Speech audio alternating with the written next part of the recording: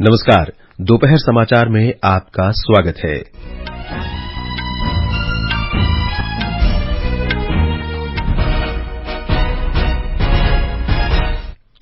मुख्य समाचार। प्रधानमंत्री नरेंद्र मोदी ने जम्मू में 32,000 करोड़ रुपए से अधिक की परियोजनाओं का शुभारंभ किया।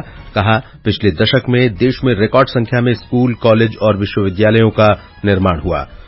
भारत ने IBSA गरीबी और भूख उन्मूलन निधि में 10 लाख अमेरिकी डॉलर का योगदान दिया। देश की श्रम शक्ति में महिलाओं की भागीदारी 23 से बढ़कर 37% हुई। अफगानिस्तान के नूरग्राम में भूस्खलन से 25 लोगों की मौत। घुड़सवारी में एशियाई खेलों के पदक विजेता अनुष अग्रवाल ने देश के लिए ड्रेस अनुशासन का पहला पेरिस ओलंपिक कोटा प्राप्त किया और भारत ने तेहरान में एशियाई इंडोर एथलेटिक्स चैंपियनशिप में 3 स्वर्ण, 1 रजत और 2 राष्ट्रीय रिकॉर्ड के साथ अपना अभियान समाप्त किया। दोपहर समाचार के साथ मैं देवेंद्र त्रिपाठी। प्रधानमंत्री नरेंद्र मोदी ने कहा है कि न्यू इंडिया वर्तमान पीढ़ी को आधुनिक शिक्षा प्रदान करने के लिए अधिक से अधिक खर्च कर रहा है। पिछले 10 वर्षों में देश में रिकॉर्ड संख्या के स्कूल, कॉलेज और विश्वविद्यालय बनाए गए हैं। वे जम्मू में आज 32,000 करोड़ रुपए से अधिक मूल्य की अनेक परियोजनाओं का उद्घाटन करने के बाद लोगों को संबोधित कर रहे थे। भाई और बहनों, एक वो दिन भी थे जब जम्मू कश्मीर में से सिर्फ निराशा की खबरें आती। अपहरण, अलगाव, ऐसी ही बातें जम्मू कश्मीर का दुर्भाग्य बना दी गई थी। लेकिन अब आज जम्मू कश्मीर विकसित होने के संकल्प के साथ आगे बढ़ रहा है। आज ही यहां 32,000 करोड़ रुपए के प्रोजेक्ट, उसका शिलान्यास और कुछ का लोकार्पण किया गया है। प्रधानमंत्री ने कहा कि सरकार ने जम्मू कश्मीर के विकास के लिए संकल्प लिया है। श्री मोदी ने कहा कि लगभग 50 नए डिग्री कॉलेज जम्मू कश्मीर में भी बनाए गए हैं। उन्होंने कहा कि जम्मू कश्मीर के लोगों के सपने 70 वर्षों के लिए अभी पूरी तरह साकार नहीं हुए हैं, जिन्हें आगामी कुछ वर्षों में पूर्ण किया जाएगा। देश में शिक्षा को आधुनिक बनाने का जो मिशन हमारी सरकार ने चलाया है, उसका आज यहां और विस्तार हो रहा है। मुझे याद है साल 2013 के दिसंबर में जब मैं बीजेपी की ललकार रैली में आया था, तो इसी मैदान में आपसे कुछ गारंटी देके गया था। मैंने सवाल उठाया था, क्या जम्मू में भी IIT और IIM जैसे आधुनिक शिक्षा संस्थान क्यों नहीं बन सकते? वो वायदे हमने पूरे करके दिखाए। प्रधानमंत्री ने कहा कि जम्मू कश्मीर से धारा 370 हटने के बाद से यहां चहल पहल है। बीते 10 वर्षों में देश में 15 नए एम्स स्वीकृत हुए हैं। उनमें से एक जम्मू में आज आपकी सेवा के लिए तैयार है और एम्स कश्मीर भी तेजी से काम चल रहा है। आज हम एक नया जम्मू कश्मीर बनते हुए देख रहे हैं। प्रदेश के विकास में सबसे बड़ी दीवार आर्टिकल 370 की थी। इस दीवार को भाजपा की सरकार ने हटा दिया है। अब जम्मू कश्मीर एक संतुलित विकास की ओर बढ़ रहा है।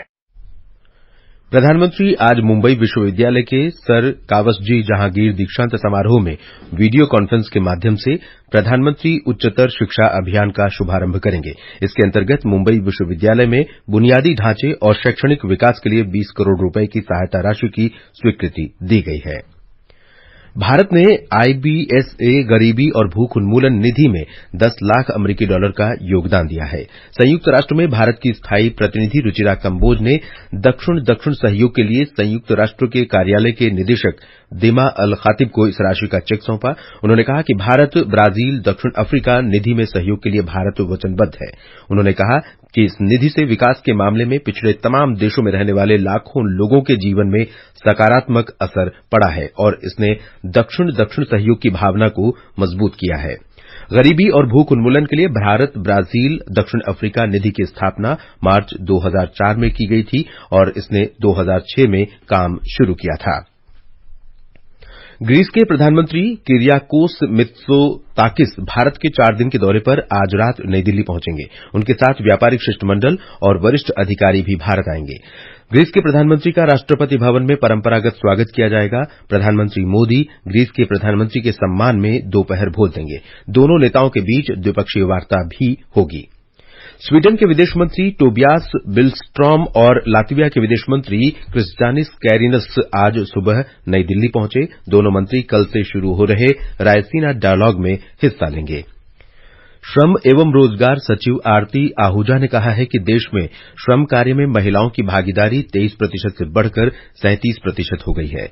नई दिल्ली में श्रम कार्य में युवा महिलाओं पर आज एक संगोष्ठी को संबोधित करते हुए सुश्री आहूजा ने महिला श्रम कार्य पर नवीनतम आवधिक श्रम कार्य सर्वेक्षण डेटा का हवाला देकर कहा कि जैसे जैसे देश की आबादी बढ़ रही है, भारत को 50% प्रतिभाशाली, प्रेरित और मेहनती महिला कार्यबल की सराहना करने की जरूरत है।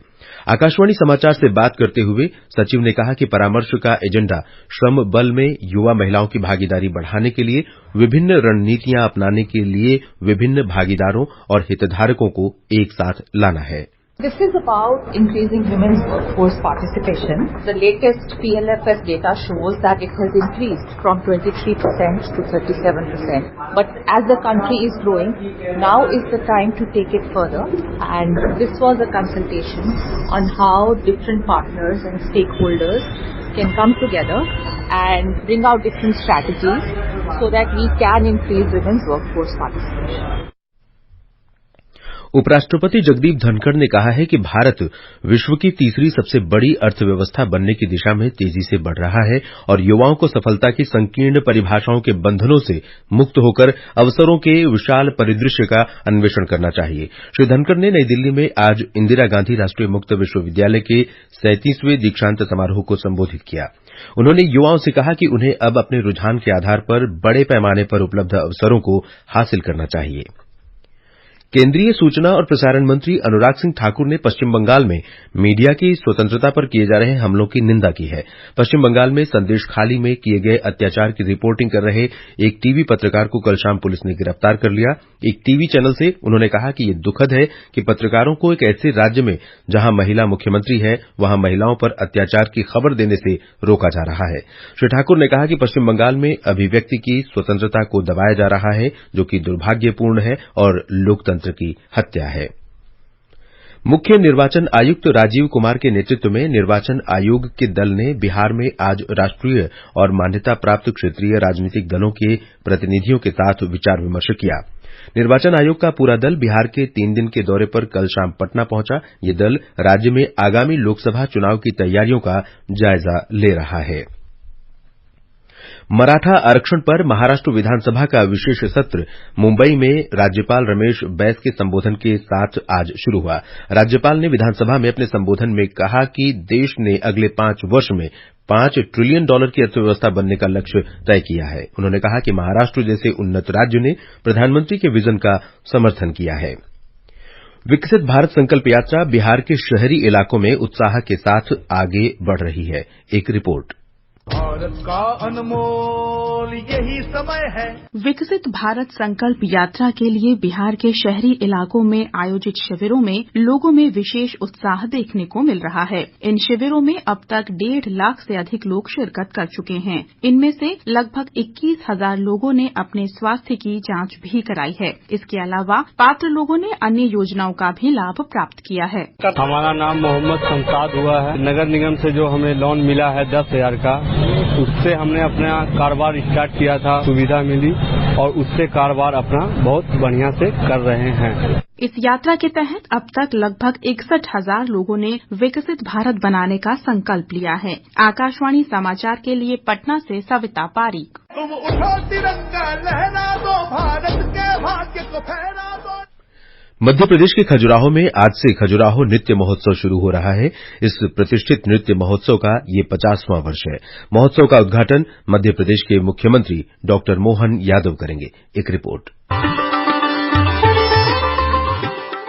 खजुराहो नृत्य महोत्सव में इस महीने की 26 तारीख तक देश के जाने माने कलाकारों द्वारा विभिन्न नृत्य रूपों जैसे कथक, भरतनाट्यम, ओडिसी, कुचिपुड़ी सहित शास्त्रीय नृत्यों का प्रदर्शन किया जाएगा। राज्य में पर्यटन को बढ़ावा देने के उद्देश्य से इस नृत्य महोत्सव के पहले दिन कथक कुंभ में 1500 से अधिक कलाकार कथक का प्रदर्शन कर विश्व रिकॉर्ड बनाने का प्रयास करेंगे। यह वार्षिक सांस्कृतिक उत्सव खजुराहो मंदिर समूह की मनमोहक पृष्ठभूमि में होगा। महोत्सव का आयोजन मध्य प्रदेश सरकार के संस्कृति विभाग द्वारा उस्ताद अलाउद्दीन खां संगीत एवं कला अकादमी के सहयोग से किया जा रहा है। संजीव शर्मा, आकाशवाणी समाचार, भोपाल। प्रधानमंत्री नरेंद्र मोदी कल दिल्ली में रायसीना संवाद के 9वें संस्करण का उद्घाटन करेंगे। ग्रीस के प्रधानमंत्री किरियाकोस मित्सोताकिस इस कार्यक्रम में मुख्य अतिथि और मुख्य वक्ता होंगे। अरुणाचल प्रदेश और मिजोरम आज अपना स्थापना दिवस मना रहे हैं। राष्ट्रपति, उपराष्ट्रपति और प्रधानमंत्री ने अरुणाचल और मिजोरम के लोगों को राज्य के स्थापना दिवस पर बधाई दी है। ये समाचार आकाशवाणी से प्रसारित किए जा रहे हैं। ताजा समाचार जानने के लिए आप हमारे Twitter handle @AIR News Hindi को फॉलो कर सकते हैं। ये आकाशवाणी है। अफगानिस्तान के नूरग्राम जिले में भारी बारिश और बर्फबारी के बाद हुए भूस्खलन में कम से कम 25 लोगों की मौत हो गई है। रविवार रात को हुए भूस्खलन से क्षेत्र के दर्जनों घर प्रभावित हुए हैं। अफगानिस्तान के आपदा प्रबंधन मंत्रालय के प्रवक्ता जनान सईक ने सोशल मीडिया पोस्ट में जानकारी दी कि रात के समय हुई घटना में 25 लोगों की मृत्यु हुई। उन्होंने कहा कि 15 से 20 घर पूरी तरह से नष्ट हो गए हैं। तेहरान में एशियाई इंडोर एथलेटिक्स चैंपियनशिप में भारत ने 3 स्वर्ण और 1 रजत पदक जीते हैं और 2 राष्ट्रीय रिकॉर्ड बनाए हैं। युवा मामले और खेल मंत्री अनुराग सिंह ठाकुर ने इस प्रतियोगिता में उत्कृष्ट प्रदर्शन के लिए भारतीय दल को बधाई दी है। सोशल मीडिया पोस्ट में अनुराग सिंह ठाकुर ने महिलाओं की 60 मीटर बाधा दौड़ 8.12 सेकंड में पूरी करके स्वर्ण पदक जीतने पर एथलीट ज्योति याराजू की सराहना की है। उन्होंने इसके साथ ही नया राष्ट्रीय रिकॉर्ड भी कायम किया है। मंत्री ने तजिंदर सिंह तूर की भी प्रशंसा की है, जिन्होंने 19.7 मीटर की दूरी निकालकर पुरुषों की गोला फेंक स्पर्धा में स्वर्ण पदक जीता और 19 वर्ष पुराना राष्ट्रीय रिकॉर्ड तोड़ने में सफल रहे। उन्होंने महिलाओं की 1500 मीटर स्पर्धा में स्वर्ण पदक जीतने पर हरमिलन बैस और 3000 मीटर स्पर्धा में रजत पदक जीतने पर अंकिता ध्यानी को भी बधाई दी है। एशियाई खेलों के पदक विजेता अनुष अग्रवाल ने घुड़सवारी की ड्रेस अनुशासन स्पर्धा में देश के लिए अब तक का सबसे पहला पेरिस ओलंपिक कोटा प्राप्त किया है। घुड़सवारी के अंतर्राष्ट्रीय महासंघ FII ने कल इसके बारे में घोषणा की। अनुष अग्रवाल अंतर्राष्ट्रीय घुड़सवारी महासंघ की 4 स्पर्धाओं में अपने प्रदर्शन के आधार पर पेरिस ओलंपिक का कोटा प्राप्त करने में सफल रहे। उन्होंने पिछले वर्ष एशियाई खेलों में घुड़सवारी की ड्रेस अनुशासन स्पर्धा में देश के लिए पहला व्यक्तिगत कांस्य पदक जीता था। खेलो इंडिया यूनिवर्सिटी गेम्स अष्टलक्ष्मी में महिला और पुरुष दोनों वर्ग के कबड्डी और बास्केटबॉल के सेमीफाइनल मैच आज गुवाहाटी में खेले जाएंगे। टेनिस, टेबल टेनिस, तैराकी, पुरुष अंडर 25 हॉकी, शूटिंग की स्पर्धाएं भी आज आयोजित की जाएंगी। इस आयोजन में कुल 213 विश्वविद्यालयों ने हिस्सा लिया है। इधर राष्ट्रीय राजधानी दिल्ली में बेहतर वायु गुणवत्ता के मद्देनजर शहर में graded response action plan grab के अंतर्गत प्रदूषण रोधी प्रतिबंध रद्द कर दिए गए हैं। कल रात दिल्ली में हल्की बारिश हुई और आज सुबह 7 बजे वायु गुणवत्ता सूचकांक 211 दर्ज किया गया। केंद्र सरकार ने 50 और अमृत भारत रेलगाड़ियां चलाने की मंजूरी दी है। रेल मंत्री अश्विनी वैष्णव ने बताया कि अमृत भारत रेलगाड़ियों की सफलता के बाद 50 और रेलगाड़ियां चलाने की अनुमति दी गई है। और अंत में मुख्य समाचार एक बार फिर। प्रधानमंत्री नरेंद्र मोदी ने जम्मू में 32,000 करोड़ रुपए से अधिक की परियोजनाओं का शुभारंभ किया। कहा, पिछले दशक में देश में रिकॉर्ड संख्या में स्कूल, कॉलेज और विश्वविद्यालयों का निर्माण हुआ। भारत ने IBSA गरीबी और भूख उन्मूलन निधि में 10 लाख अमेरिकी डॉलर का योगदान दिया। देश की श्रम शक्ति में महिलाओं की भागीदारी 23 से बढ़कर 37% हुई। अफगानिस्तान के नूरग्राम में भूस्खलन से 25 लोगों की मौत। घुड़सवारी में एशियाई खेलों के पदक विजेता अनुष अग्रवाल ने देश के लिए ड्रेस अनुशासन का पहला पेरिस ओलंपिक कोटा प्राप्त किया। और भारत ने तेहरान में एशियाई इंडोर एथलेटिक्स चैंपियनशिप में 3 स्वर्ण, 1 रजत और 2 राष्ट्रीय रिकॉर्ड के साथ अपना अभियान समाप्त किया। इसके साथ ही दोपहर समाचार का ये अंक समाप्त हुआ। नमस्कार।